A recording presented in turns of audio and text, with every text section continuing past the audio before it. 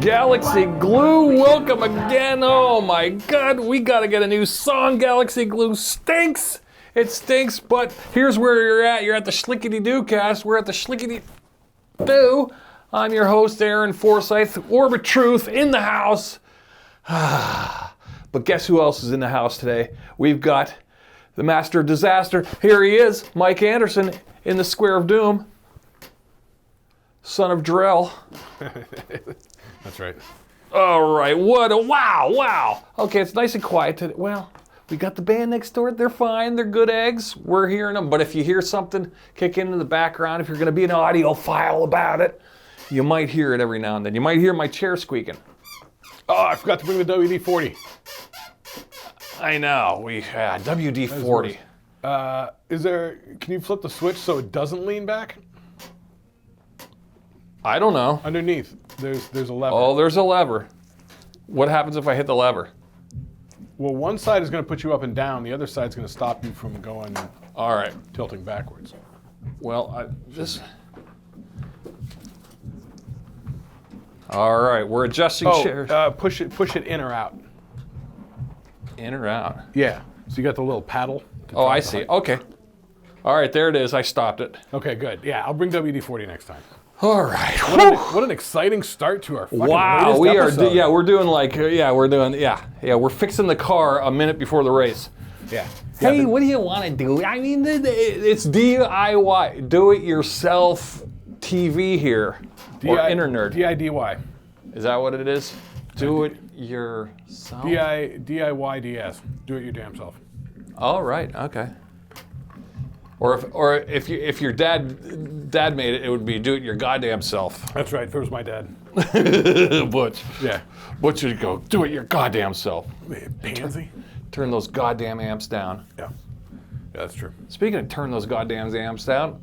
Yeah. So the neighbors are going. So the neighbors are writing some songs. You know. Yeah. And so that's how it is. We record here in a rehearsal studio room. Yeah. Because I didn't want to do it in my living room anymore. I kind of wanted to be able to leave the lights once we got them set up and just leave them where they're at, rather than taking them down and moving them every time people came over to visit. Yeah. So and finding commercial places is kind of. I mean, that shit could get expensive. Oh yeah. So, but thankfully, through the grace of God, this is where being in a band comes in handy. We talk to band people go, hey, I'll turn you on to A meets B meets C, you all know each other, we're all in the same gang, here we go, we're in a building with a bunch of bands, and a studio down the way. So here we go. We always had the ecosystem around here, but it definitely seems like it's much different now.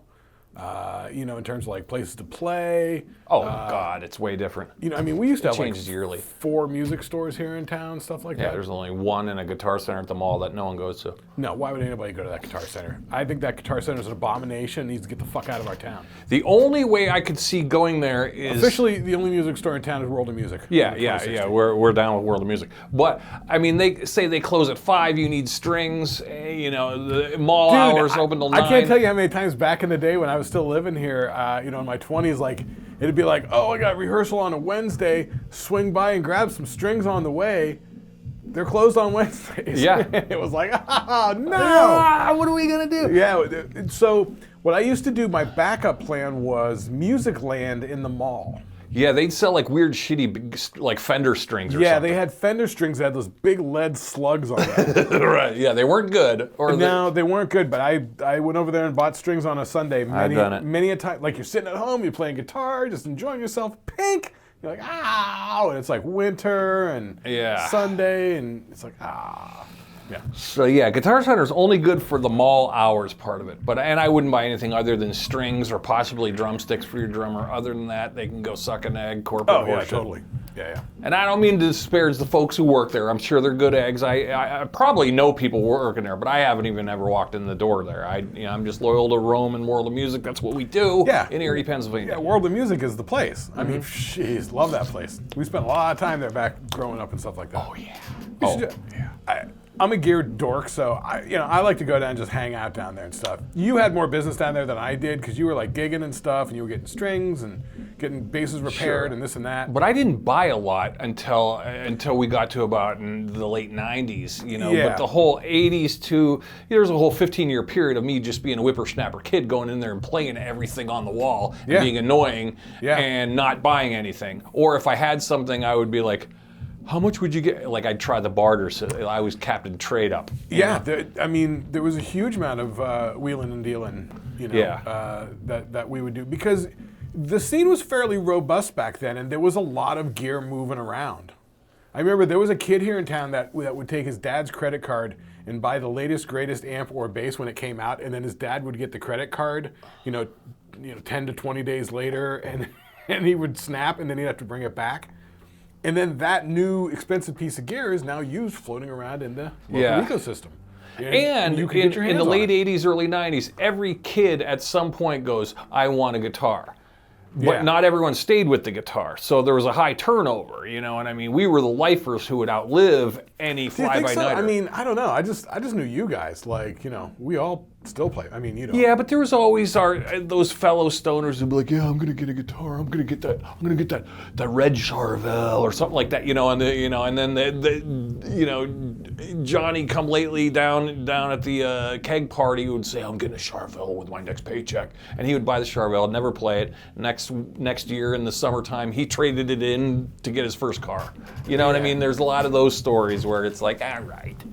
Well, I mean, I guess, and I kind of know the people that you're talking about. Those are just more people sort of in the periphery in the scene sort of thing. I mean, those weren't people like in our core group. No. Everybody in our core group, we still sort of... No, but everyone in the keg party days in my world used to, at some point, had a guitar or a bass or a drum set. Yeah, there are a lot of dabblers. Yeah, I can think of dabblers. them as Yeah, I don't think kids dabble like they do now. If they're dabbling with computers and phones and doing different kinds. They're way more teched up than we were. Yeah. If you're dabbling these days, I mean, you could be dabbling in so much more interesting and sort of useful things like coding. Writing code. Yeah, or playing video games. I mean, Jesus Christ. Yeah, but you don't get anything out of playing video games. That's just a time But suck. making video games. Yeah. But once again, there's two kinds of people that make video games. There's coders and there's artists. Yeah. So, you could either do art or you could do, programming. Either way, they're all useful for video games and shit. I know. Man, if I had to do over, I tell you, I would have been in that world. Yeah, but I mean, that world wasn't a world when we were.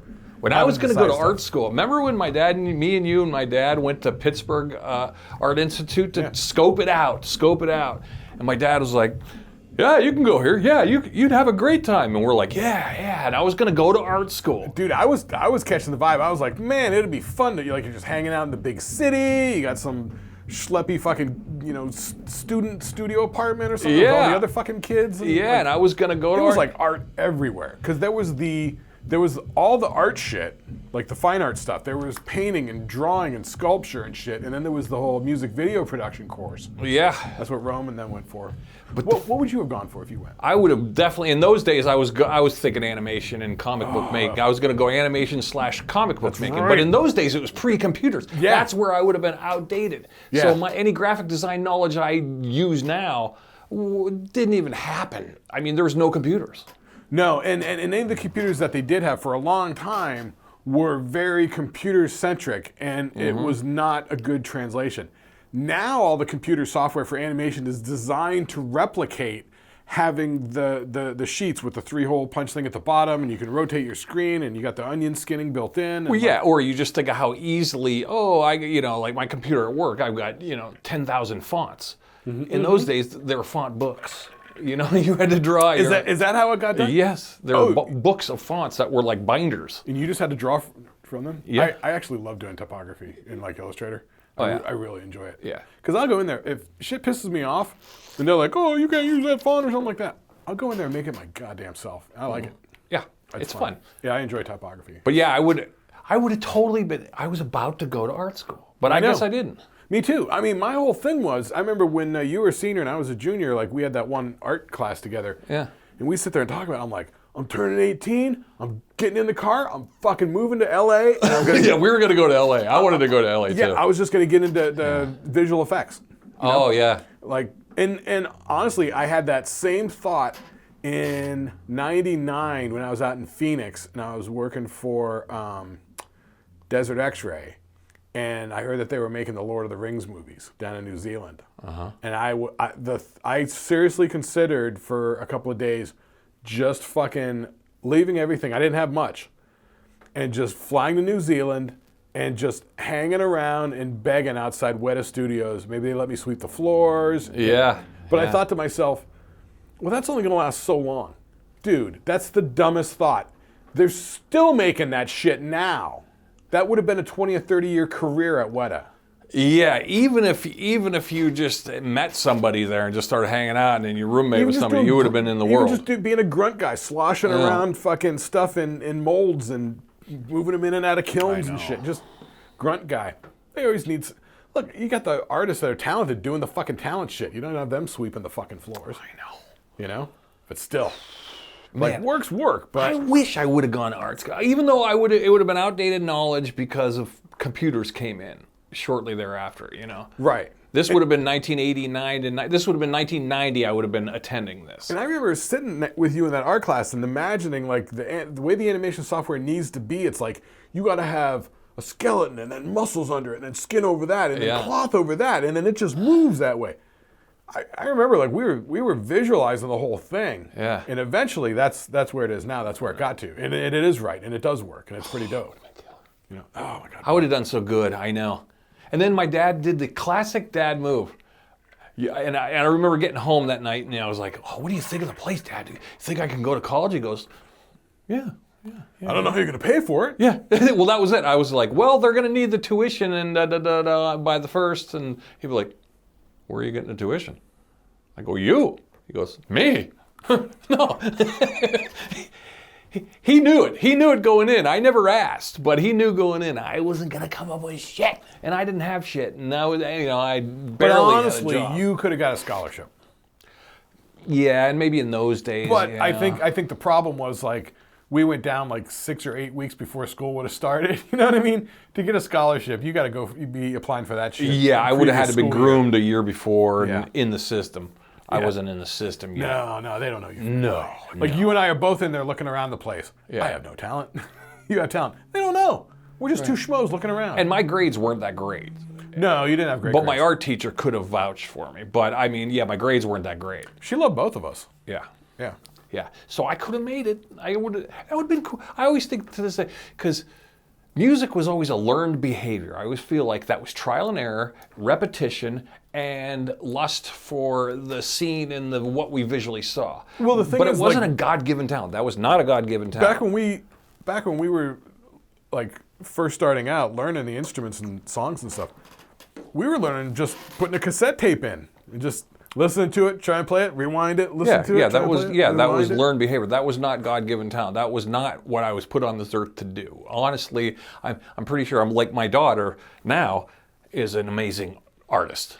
She's crazy good. Right, and she's got what I had. And it's almost like so she's doing what I was meant to do, but in a weird way, that's what you're genetically the gods but that's the gave whole me thing. that jizz, It's cosmic the time, jizz. But it's the time. Yes, yeah, it is. Yeah, you've got it. She's got it. It's fucking talent. But the reality is, the time period that we grew up was all centered on, cable TV, the '80s MTV, shared culture, and that's when that shared culture was really expanding exponentially and reinforcing itself. Yeah. So our whole thing being here in Erie was like, we're on the ass end of the fucking galaxy here. Like, we want to try and be relevant and do anything. And there was a desperation to try and, like, there was a time where like everybody I knew did something artistic in some way. Yeah. I knew people that were like, dancers and people that were poets and people that were artists. And theater people or DJs or whatever. They had something going on. Everybody had something going on. Everybody had something going on back in like, I don't know, 91, 92-ish, 93. That's true. Because it was like, we all saw the movies, we all saw the MTV, we all saw the... We were enamored by it, so we took on these personas of these people. Almost, the way we dressed, the way we looked, what we did. But it's a shot at having a more exciting life than just working at a plastics injection molding shop. Yeah, and being... When you're 18. Like, I remember I had a job cleaning places, and I cleaned a place that manufactured shit. I remember seeing somebody who was like in your grade or maybe a year above you, that graduated when they were 18 from our high school and then got a job working in that shop. And he's like working next to these like, guys that are approaching retirement age. And I'm like, wow, I can't imagine spending your entire working life just in this one friggin' shop. You know what I mean? Yeah. And so my thought was like, I don't want to do that. Yeah. I don't want to do that. And there wasn't a lot of fun or exciting jobs here in Erie. There still aren't. No.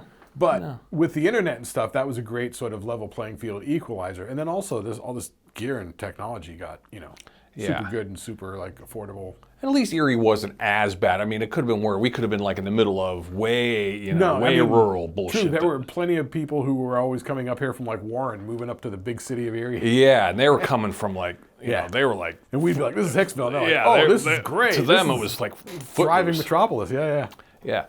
So, here was cool. So Erie's fine. 1989 to 95, Erie's fine. You're growing. We're doing our thing. It wasn't too terrible. I mean, when you compare it to like MTV and like Spring Break in Florida and shit. Yeah, that wasn't that.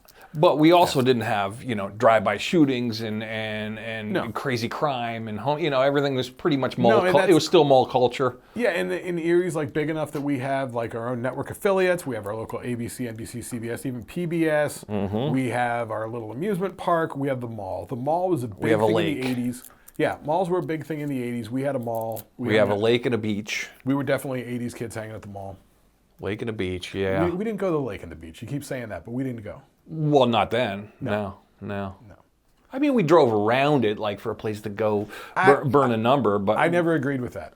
People would say that, and I'm like, somebody sees you going down, they're driving around smoking, like cop-wise, all they got to do is sit there and wait for you to come back out to pick you up. Yeah, the Peninsula cops were kind of, Gestapo. I never trust that. People be like, go drive around the Peninsula and smoke a joint. I'm like, that is just like a closed cage, man. Like, I'm like, no. Oh, yeah. Well, I didn't mind driving around smoking, but I was always scared about... There was a couple guys I hung out with would be like, let's get a 6-pack or a 12-pack and we'll drive around the peninsula. And I'd be like, dude, I'm not going to do that. So that was the thing. Like at that age, we were sort of hanging out with this older crew that was from the late 70s, early 80s. Yeah, they were like my brothers and his friends. So they were, we were like the younger three. Yeah. Like in Dazed and Confused, we would have been the nerds. Oh, yeah. The younger kids. Yeah, the younger kids. But we had way more going on than they did. Oh, yeah. But the thing was like, where was I going with that? Because it was like... They drive around with 12-packs. They had no... Those dudes would have coolers in the back of their car. They'd reach out, you want a beer? Have a roadie? Everyone's like... Yeah. Holy it's like, shit. Yeah, they're total like late 70s sort of partiers where they're like, they'll just go hang out, post up in the park. Okay, so they're from that generation that used to vandalize everything. Yeah, they'd spray paint in the park. Yeah, and the kids were like out of control and everybody was scared of the kids and shit. I don't know. So they would just go set up in dark parks and sit there and drink beer. Because I remember when I was a kid, every day you would go to the park and there'd be like empty beer cans all over the fucking place. All the place, yeah. And even if they're just 16, 17-year-old kids, whatever.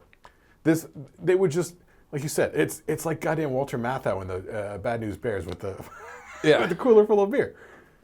That's how things were, and that's what they were sort of used to. There's also too. I was thinking about this the other day too. When we were kids in the 70s and early 80s, everyone was a litterbug. I remember like throwing shit out the car window. We'd be driving like, you done with your McDonald's? We were little kids. Yeah, like everything was out the window. Younger than like 9 or 10, yeah. Yeah, and there was trash trash everywhere. Everywhere, because it was just like... And cigarette butts everywhere. Yeah. And so that's why, like in the mid-70s, they started having that big anti-littering campaign, and they started implementing that and beating it into us in school. Yeah. That and turning off the lights, conserving energy, And it kind of worked. Yeah. Then it started singing, and I'm like, I guess we are kind of taking advantage of the situation. Yeah. They really beat that stuff into us, back then. Yeah. Yeah, I was all right with the change. I wasn't revolting against it. I was like, no, that's actually kind of good. Yeah, we've gone away with it for a while here. Yeah. Yeah, because the trash thing was a bummer. Like, everything was just... Yeah, the highways. I remember driving to a gig in Conant once, and we were just laughing at the amount of garbage, and it looked like people were just emptying garbage bags on the highway. Yeah, they were. As far as the eye could see, it was just garbage. Yeah. It was like, whoa. It was nutty. Well, then also, yeah. Yeah. I could go off on a tangent there. Yeah. But the whole thing was that older generation, they came The park. They came from that sort of generation Yeah, where they turn on the car stereo and smoke cigarettes shirtless and throw you a beer out of the cooler. They were the generation that like smoked in school, didn't they? I think, or they had smoking sections. Yeah.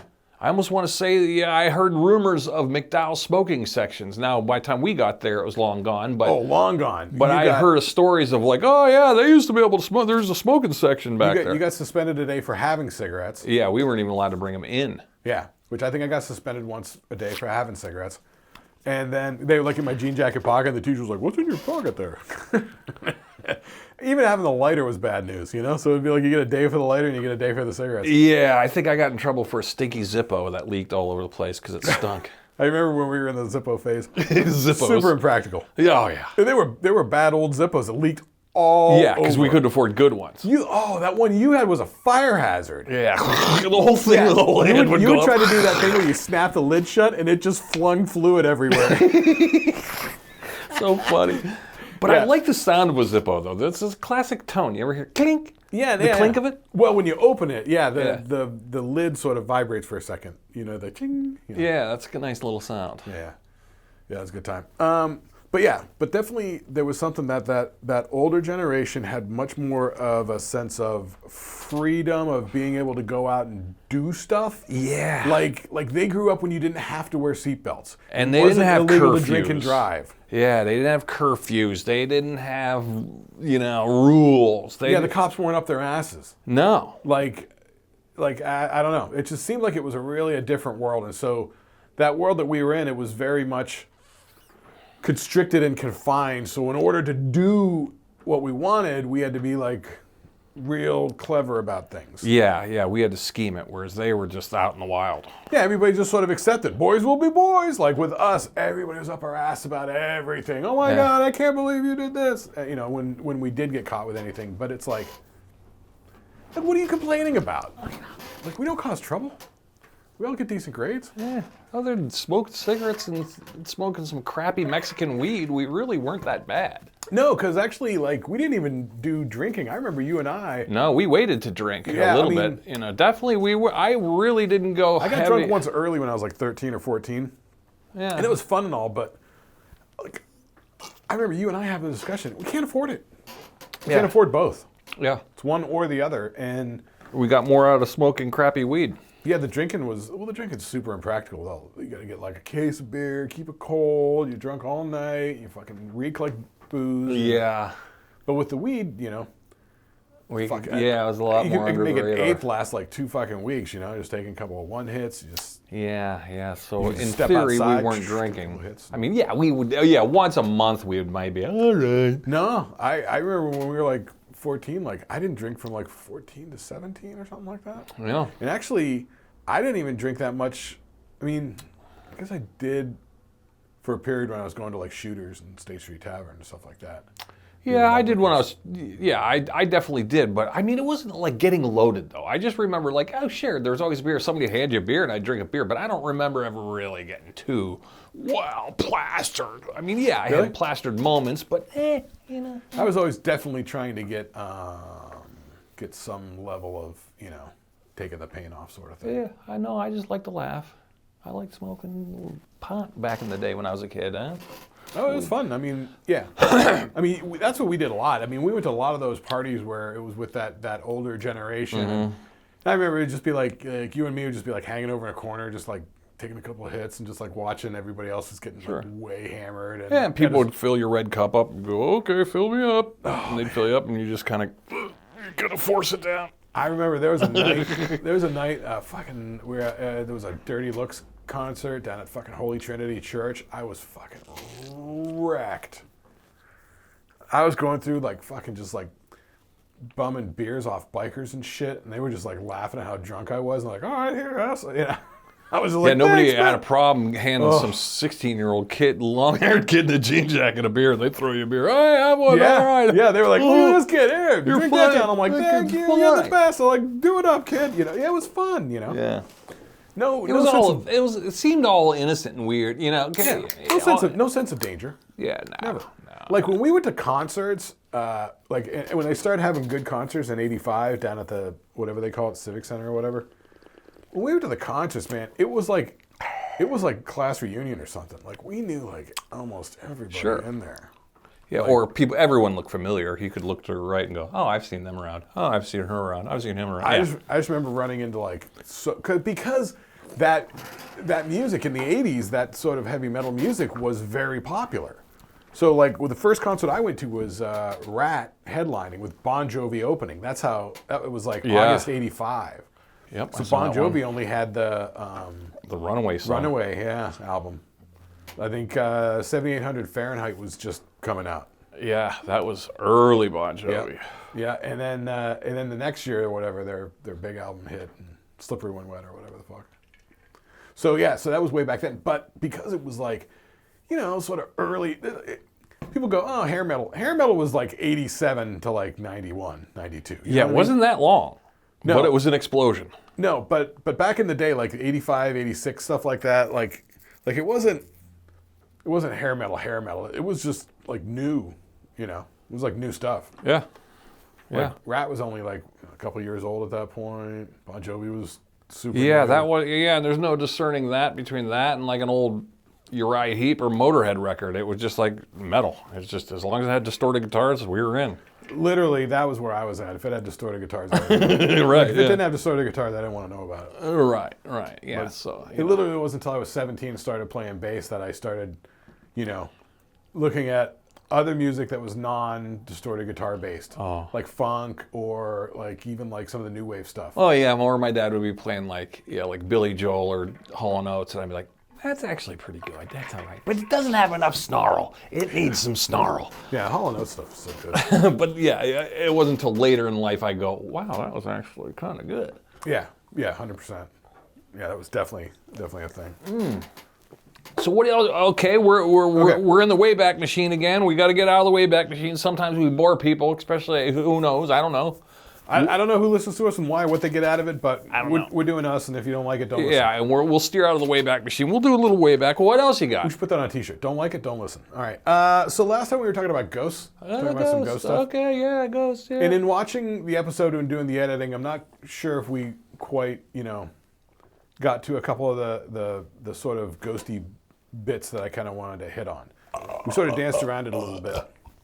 But like the idea of the residual haunting, and then like the active haunting type situation. Oh, right. Whereas I was kind of calling shenanigans on an active, deliberate haunting, but I could almost, me personally, I could see the imprint concept.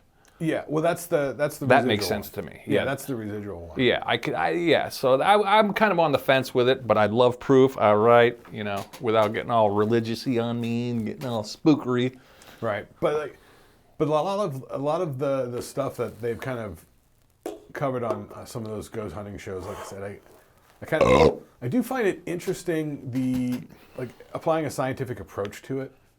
Oh, I do find interesting. Sure. But here's the thing that I wonder is when they go into these places and it's like some old penitentiary that's been shut down, like Eastern State Penitentiary or something like that. All right. Nobody's in there, right? They got the entire run of the entire property to themselves. Okay. The 3 guys and maybe like a camera guy and a sound guy or an associate producer, 6 people, whatever the fuck. So my thing is, and they always talk about the spirits having to draw energy, right? So like the batteries will go down. They'll put brand new batteries and stuff, and the battery will get sucked out. And they'll say that it's because the spirits need energy to be able to sort of like manifest in order to try and communicate with us or whatever. Okay. But I'm also seeing, especially with Zach Bagans from Ghost Adventures or whatever. He's a douche. He's so over the top dramatic, like pro wrestling about it, that I wonder how much of the investigators' energy is feeding the ghosts. To wit, if you've got these ghost investigators that go from place to place investigating ghosts, are they bringing it with them? I don't know. Sort of thing? Like, it's almost like the tree falls in the forest and there's no one there to hear it, sort of thing. So it's like, I always thought, because they go in, they got a bunch of people, they set up a bunch of gear, and then they all sit down and watch, you know? Yeah. And that's a very weird situation for the place, energy-wise. It's a big kerfuffle. Yeah. If there's a spirit in there hanging out, like the fucking Maitlands up in the attic in Beetlejuice, with all that kerfluffle, what are they going to do? They're going to hide. They're going to pull back, right? So I always thought, why don't they go into these places? It's fucking abandoned. Nobody's doing anything with it. Set up the cameras for like a month or 3 months. That was always my gripe. They always take a weekend trip and they're like, okay, Sunday at 9, we're out of here. You'd be like, dudes, if you want to find an active haunting, you kind of got to hole up there for about 2 months. And that's what I'm saying. Like, at least like let the energy sort of settle down and you sort of get attuned to the. You don't even have to. They do that with Bigfoot hunters too, and it pisses me off. Set up the gear and just let it run. Yeah. Like have it dump into a hard drive, show up once a week, dump the hard drive once a day, whatever the fuck it is. You know, you're a professional ghost hunter. Dump the hard drive, just review the footage. It just seems like it would factor out any contamination of energy that the investigators might be bringing to it, is what I thought. Mm-hmm. That makes sense. I also think, too, those are old buildings. When you think old buildings, what do you think? Old wiring or old electric? You think of that old knob and tube stuff in the thing. Do you think electromagnetic fields are still residual because of old wiring? Then metal girders. And that's 100% a thing. So in these ghost hunting shows, and this is why I find them so fascinating, because they literally have nailed down a lot of these theories. They debunked a lot of theories, and they've proved out a lot of theories scientifically. Yeah. So electromagnetic interference leaking out from old wiring and stuff. Okay. That electromagnetic interference, if it's strong enough, can cause physical effects in humans. Sure. And it's what they call a fear cage. Because that electromagnetic interference starts giving us feelings of unease. Great band name. What? Fear Cage. Oh, Fear Cage, yeah. Somebody's going to use that. Okay. I'm going to go home and trademark it before I get this up. Right, yeah. I'm going to stymie Eugene Simmons. You're not going to get that name. I'm sure it's already a band in fucking Michigan. Yeah. But so the electromagnetic interference will make people feel nauseous, on edge, anxious, dizzy, any of these sort of things. That sort of feeling that makes you want to leave the area. Yeah. Right? So you definitely get that with the electromagnetic stuff. Also, a lot of places, like that Overlook Hotel in Colorado where The Shining was based. Oh, yeah. Where Stephen King, was hired there to be the caretaker. So that place is built on top of quartz rock. Now, quartz is, number one, very electromagnetically... vibrate. Yeah, it's got a... Right? If you put electricity into it, it'll vibrate. If you squeeze the rock or move the rock, it'll produce electricity, conversely. And also, if you add water into it, like underneath the pyramids in Giza, are quartz aquifers. And when the Nile used to run right by the pyramids, the seasonal flooding would get water in there. And as the water would slosh in and out of these quartz aquifers, it's creating electricity. Mm-hmm. And so the theory was that the pyramids are basically to take all this low-level electricity and condense it into that golden capstone. All right. And then pump that energy out. Anyway. Going from the ghost shit right into the, Right to the, all roads lead back to the pyramids. Well, it's all going to go to aliens anyway. Yeah, that's a whole other discussion. I can't do aliens because it just ends. It's a never-ending rabbit hole. It's like the Bigfoot rabbit hole. It just never ends. There's no proof. I mean, maybe there's proof, maybe there's not. Who knows? We'll never know. It's beyond the point. I feel like so much disinformation has muddied the water. We'll never know. I don't even look at any of that sort of stuff. I don't even look at any of the modern stuff. I'm fascinated with the ancient stuff. Eric Von Daniken talking about the Book of Enoch and stuff like that. Oh, that ancient. You're talking way ancient. Yeah, I'm talking like Dead Sea Scroll stuff. These apocryphal texts, that are specifically left out of the Bible. Yeah. Like there's the one gospel of, I forget what's his face, and it has a bunch of like Jesus quotes in it and stuff like that. And, and I've listened to this stuff on YouTube because people put up like audio only, like, where they translate the whole thing and they just put up pictures and stuff like that.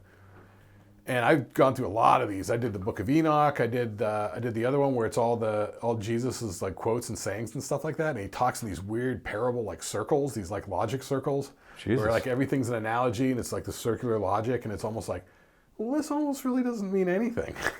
You know what I mean? Yeah. And it's like I can see why they didn't put out his quotes in the Bible, because it's like it almost feels like it's a fucking joke. You know what I mean? Yeah. It's like whatever will be, will be.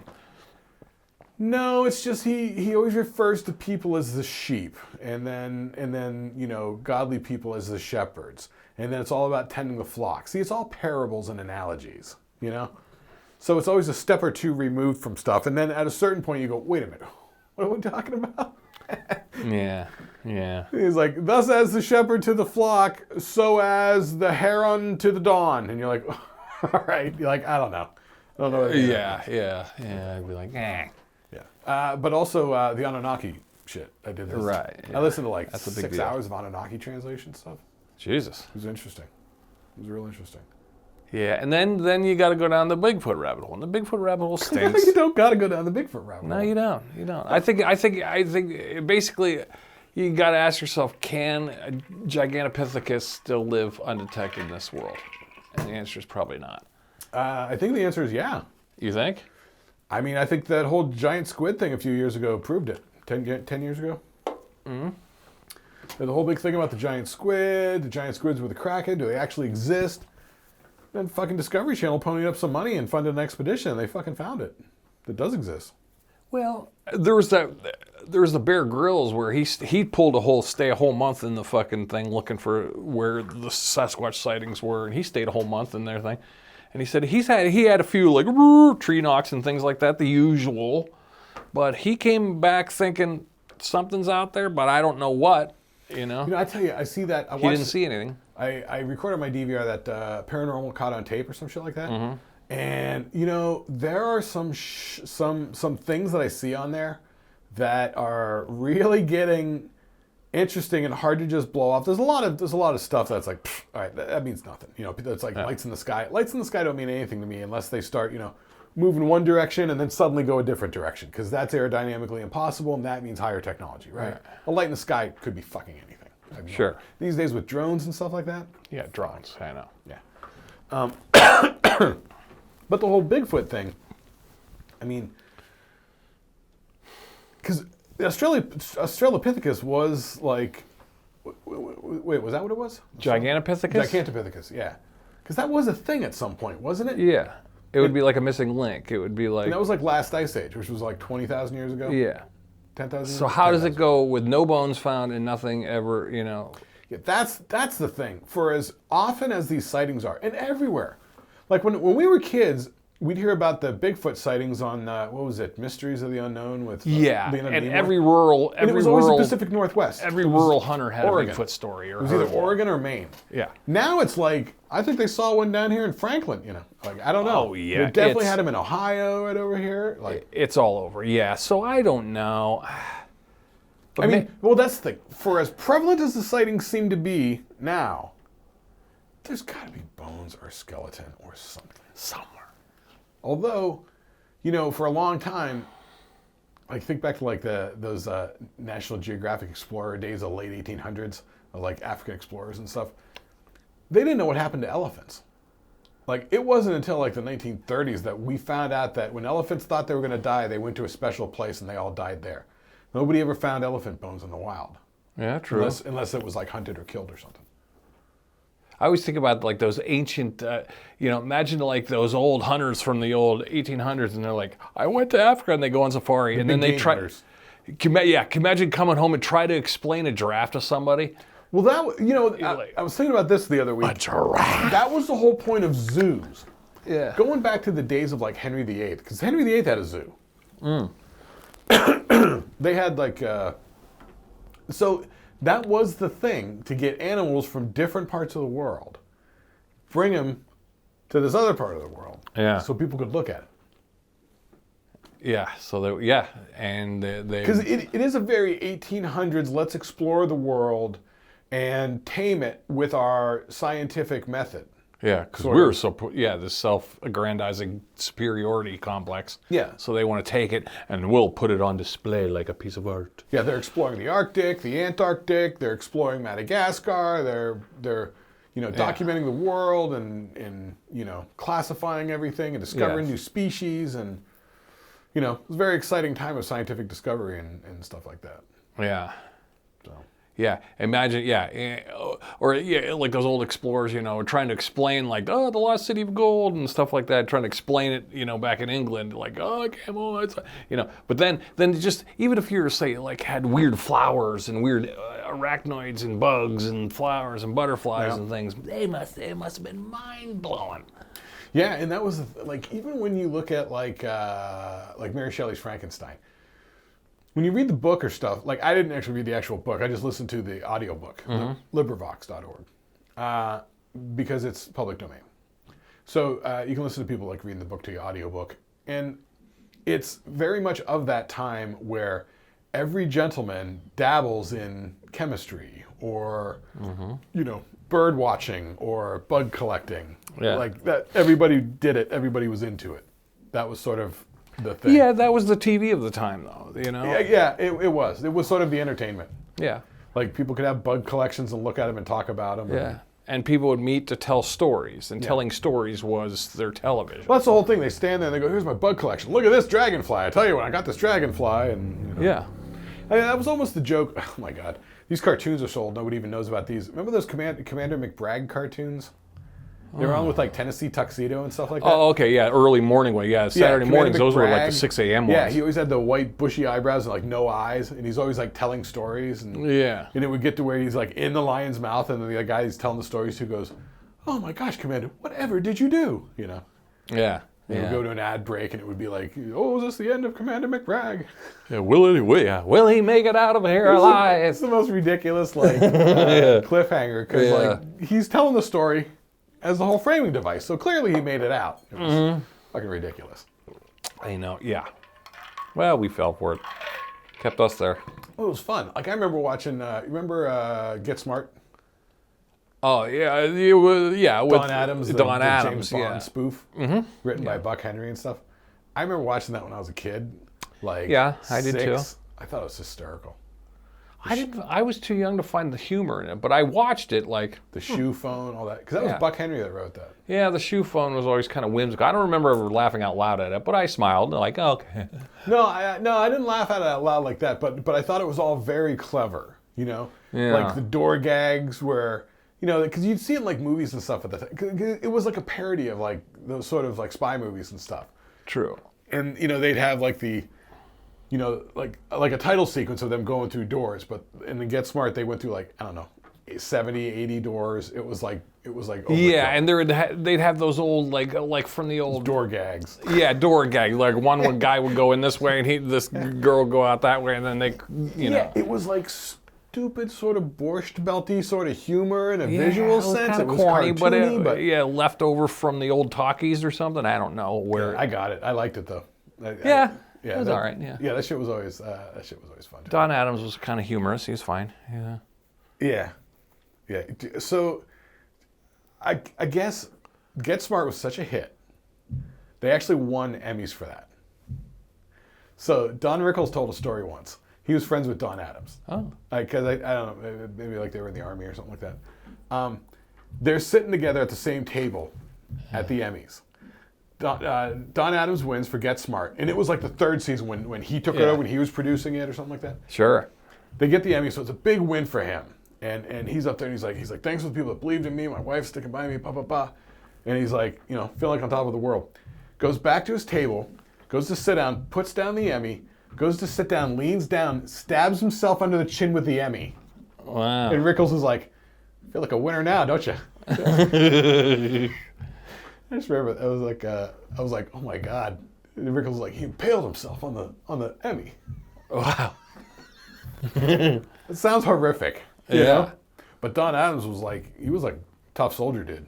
Oh yeah, yeah. He was a big deal. Hardcore tough soldier dude. Yeah. Yeah, he's a big deal. Yeah, he was cool. But I liked it. I don't know why, but that stuff made sense to me when I was like 6. Yeah. Like I got it. Like I knew who Buck Henry was. You know? Yeah, I guess I did too. He had been on Saturday Night Live a couple of times. I don't know how I would have known who Buck Henry was, but I knew he had written stuff with Mel Brooks. Yeah, I didn't associate names like that. I mean, I would just see like things and be like, hey, didn't I just see that guy on the Love Boat last night? Hey, didn't I just see them on Hollywood Squares? Wait a minute. Well, everyone was kind of cross-pollinating different shows. That was definitely the whole network TV game show thing. And that whole I'd be Battle like, of the Network wait a Stars minute. thing. That Battle of the Network Stars really drove it home. Yeah. Then it Or was they'd like, show up on game shows and things like that to where you go, Yeah. oh, okay. Now, like I can't tell you that I've ever seen a Paul Lynde movie, but I knew Paul Lynde was in every, he was on every game show and everything, you know what I mean? I did.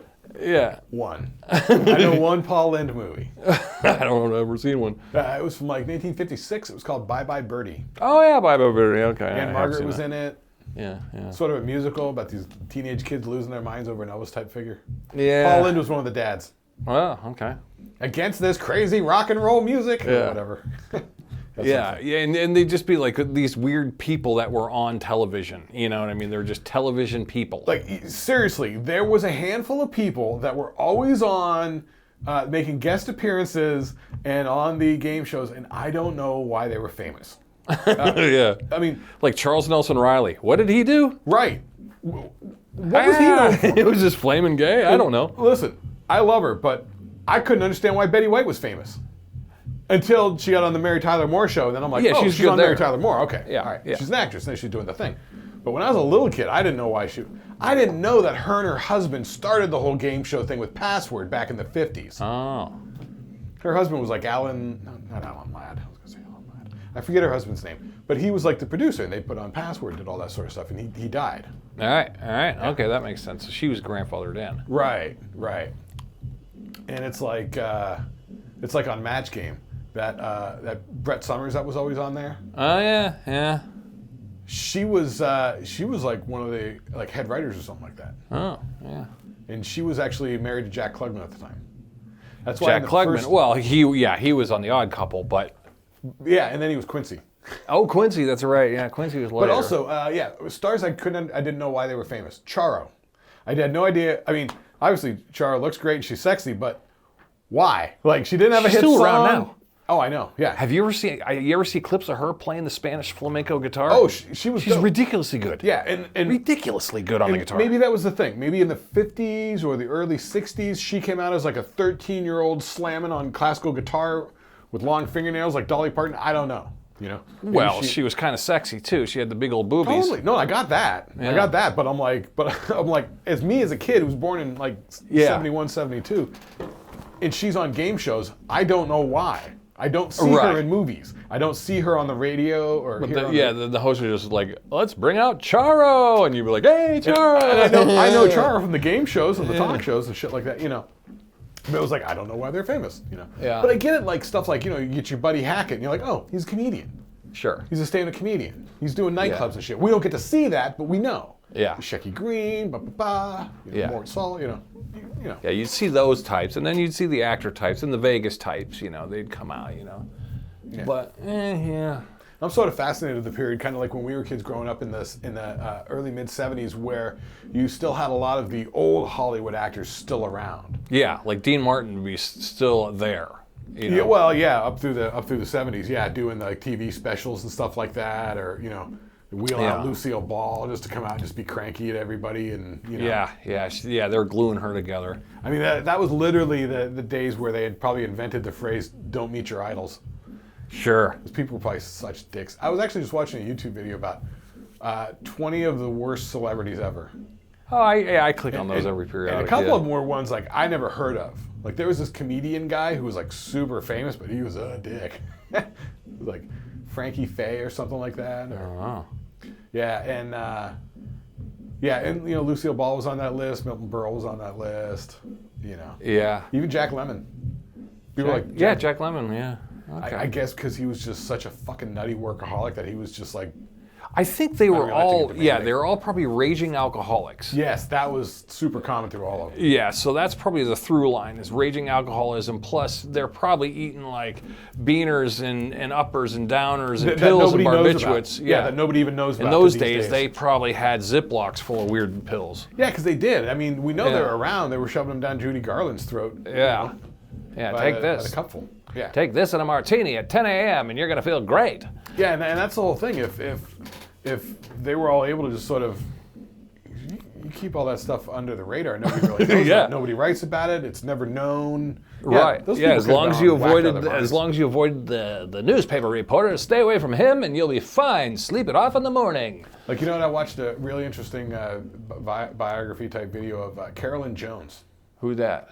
Morticia Adams. Oh.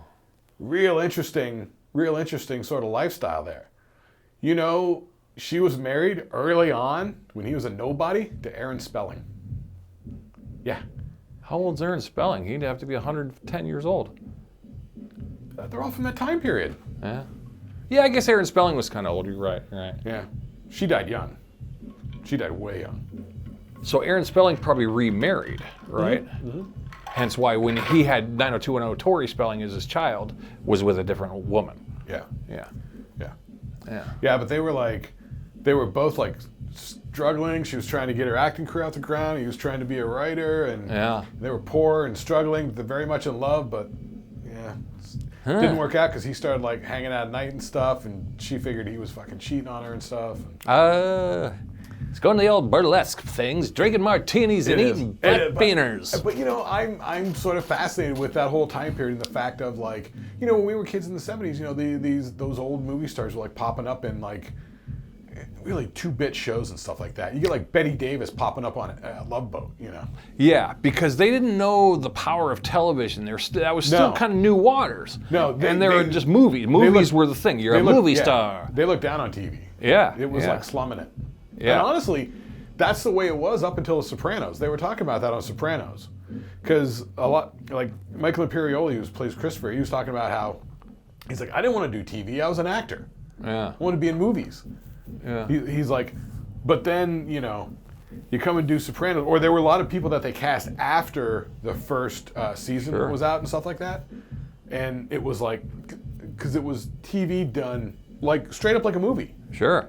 Like they made it. The movie sets. Yeah, it was like an hour-long movie. Yeah, I think though, back in those days, those old stars, they didn't know like Joan Crawford, she didn't know Thornbirds was going to be. She probably just said, I got to pay the rent. Oh no, I might have to do this story. My agent says it's going to be big. Right. You know, and it wasn't, and she figured no one's going to see me. They won't see me in Vegas if I do this, you know, episode of Love Boat.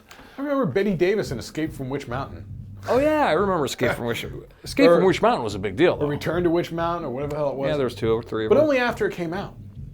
Yeah. Because at the time, like you said, it had to be her agent calling up and going, you know, we got nothing, Betty. She's like, nothing? You get nothing? Like, well, Disney got a thing. Fine, we'll do it. Yeah. Anything Not thinking for that's Walt. going to be anything. Yeah. Which, once again, I'll give the recommendation. Herbie the Love Bug. If you haven't seen it, you were talking about this Herbie the Love Bug shit, huh? Just in the I gotta rewatch this, huh? I was watching some of those Patrick H. Willem videos talking about, you know, movie stuff, and he was talking about John Frankenheimer and how in the movie shots, the movie Grand Prix from 1968, he basically reinvented the car chase. It's super by lowering the camera. Yeah, in a nutshell, we'll say it real quick. He basically made the camera shot that we all know. In a nutshell, he put the camera in the car. Yeah. Yeah, that was the thing. Yeah, whereas prior to that, it was cars driving by you. You know? Right. And for the dialogue shots, it was all rear projection. Yes. People sitting in a car with, you know, road the green projector screen behind them, and the guys are shaking the car. You know. Yeah, the rear projection. But then, yeah, he put the camera on the fucking car for the movie Grand Prix, which is like an old late '60s movie. 68, I believe it was. Yeah, super fascinating.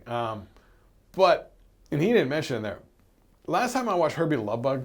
What is this? From I mean, I remember I watched it as a kid, but I thought it was corny as fuck. The title sequence in the beginning. Okay. It's just car calamities.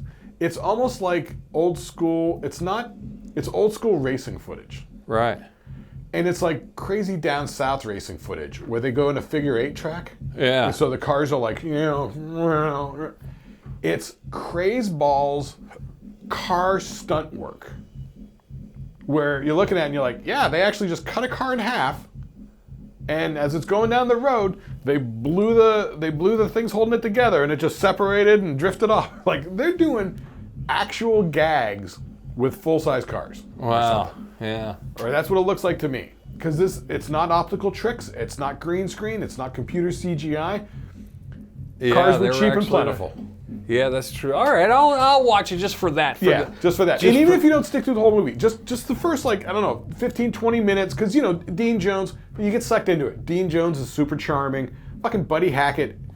Buddy Hackett is hysterical. He was kind of young then. Yeah. If you listen to what his character says, when anybody asks him about where he's been or what he's been doing, the stuff that he says is decades ahead. Yeah. He's talking about the sort of macrobiotic nutrient shit that is so common now. Wow. He's talking about way back then. It's hysterical. Wow. And Michelle Lee is the Buddy chicken. Hackett, huh? Yeah, it's yeah. My comic friends out there will know what it's like. Yeah, if you don't know Buddy Hackett, I mean, we'll never get to know Buddy Hackett because we weren't actually in those nightclubs. No, God no. Buddy Hackett was legendary. All right. How are we doing hey, look at man, we're about wrap. We could get out of here. Let's call it touchdown. Let's call it touchdown. Field goal. All right, kids. Well, I guess we'll see you next time. Orbit Truth. Hey, I think we're getting close. Mike, what do you think? We got to get a guest in here. Somebody's probably asking, why don't we have a guest sitting here and we put you over here for a pop-in or over the. Well, let's have some people out there hit us up at the email address. It's on the screen at the beginning and the end of the episode. Do we got to bring a semi-local celebrity in here, or do we got to bring in our mailman or something? I mean, what are we doing here? Are you feeling like we need to get somebody in here to talk to? No, I mean, you and I could talk all day. We could probably talk for another 100 episodes, but I just thought maybe it'd be fun to just kind of... Yeah, we got through one of my 4 points to talk about today. Exactly. Yeah. Exactly. Yeah. We never run out of shit. So I don't know. It's food for thought. If you think you want to, up your numbers and you got something to push, maybe. Me? No, I'm talking to the people out there. Oh, the people out there, yeah. Let us know. It's the Shlicketty Doocast. Find us. Cross streams. We'll sword fight later. Orbit Truth. Love you. Welcome. Thanks for listening to the Shlicketty Doocast. We out, yo. What would we do without Galaxy Glue? Galaxy Glue, Galaxy Glue. Life would go to pieces with